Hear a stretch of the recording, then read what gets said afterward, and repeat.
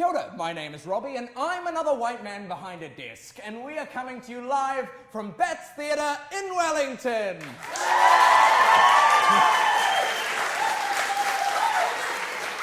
Yeah, that's right, it's Wellington, the place with more cafes per capita than anywhere else, but only 3 worth going to. Today we're talking about democracy. Specifically, how global democracy is just like that cat you said you were going to look after. You didn't, and now it's nearly dead. According to an American organization, Freedom in the World, which I think is also the name of every other American organization, between 2005 and 2018, the share of countries labeled not free went up from 23 to 26%, while the share of free countries went down from 46 to 44%. And it's pretty bad when the country with the highest prison rate in the world thinks your people are insufficiently free. So how do we protect New Zealand democracy? If only we had some sort of crystal ball. If only we had some sort of hypothetical dystopian future where democracy was already descending into plutocracy and criminal leadership. In the United States of America, and you'll never believe this, the president is currently the guy from The Apprentice. Crazy.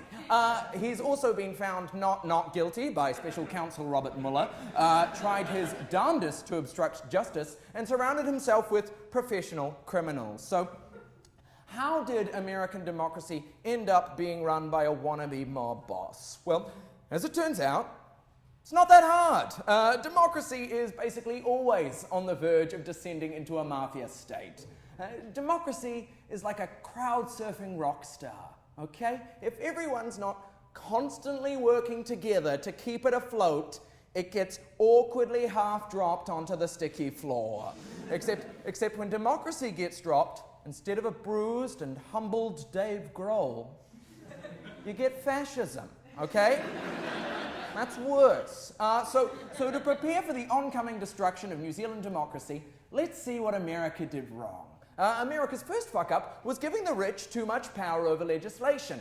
The rich have always had a lot of power in America, but over the last few decades, things have gotten out of hand. Academics have quibbled over whether or not America technically counts as a full-blown oligarchy, but most academics agree that rich people have a lot more power over legislation than normals like us. And as it turns out, the rich prefer it when policy helps them become even richer and more powerful. So when technology and globalisation boosted the American economy, the rich decided most of the benefits should go to them, which made them richer, giving them more power over legislation, which in turn made them even richer.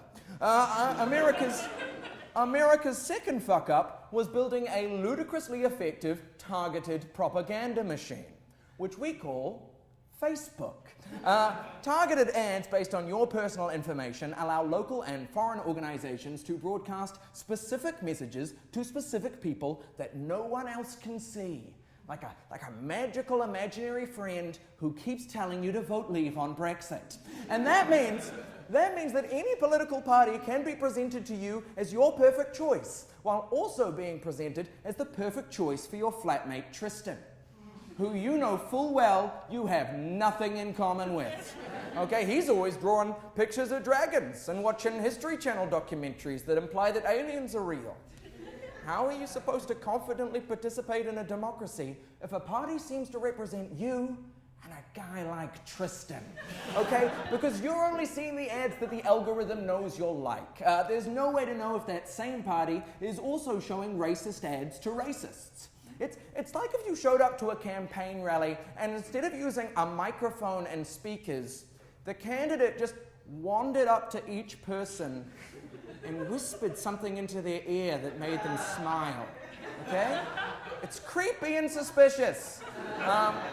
Thanks to the Facebook algorithm, organizations can get around the moderating forces of media coverage and public opinion. The National Party paid a political price for their iwi kiwi billboards in 2005, but imagine the kind of billboards people would put up if they could install them directly into the bedrooms of racists, because that's pretty much what Facebook is.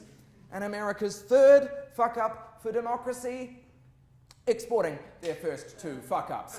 America has always supported anti-democratic regime changes around the world, like in Argentina, Azerbaijan, Bahrain, Bolivia, Brazil, Brunei, Cambodia, Cameroon, Chad, Chile, Cuba, and that's just the first three letters of the alphabet. But now, the CIA isn't even in control of which democracies live and die. It's Silicon Valley's love of selling ads that's facilitating the rise of fascist strongmen the world over, like Rodrigo Duterte and Jair Bolsonaro. So, how do we protect democracy here in New Zealand? Well, firstly, we've got to convince people that democracy is good and they shouldn't start looking for alternatives. It's our government's job to convince powerless people that it cares about them.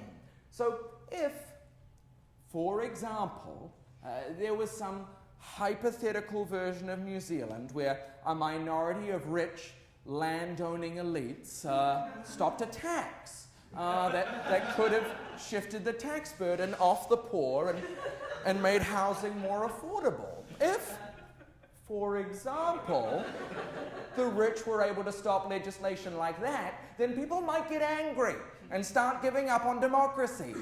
But I'm sure that would never happen, because if it did, probably no one would ever vote Labour ever again. I'm still grumpy. We've also got to watch out for Facebook and their ability to promote and exploit the worst parts of humanity without the rest of us noticing. Right now, a lot of people are wondering why we let a company profit from publishing hate speech, but as Marion Elliott laid out in a report you can read in the description below, that's not for you. We also have to tell them they're not allowed to profit from breaking our democracy. So that's only two things we need to do. I mean, admittedly, enormously difficult things, but still it's only two. I mean, funding investigative journalism, curbing the power of lobbyists, keeping political donations in check, and making the OIA actually work might help too, but those are the main two things. Look, democracy is almost impossible to protect. Fundamentally, it's the idea that a bunch of plebs like you and me get to have equal say about how we should run our society as billionaires or really muscly boys who could beat me up in a parking lot. That's an extraordinary thing we're fighting for, and we've got to protect it.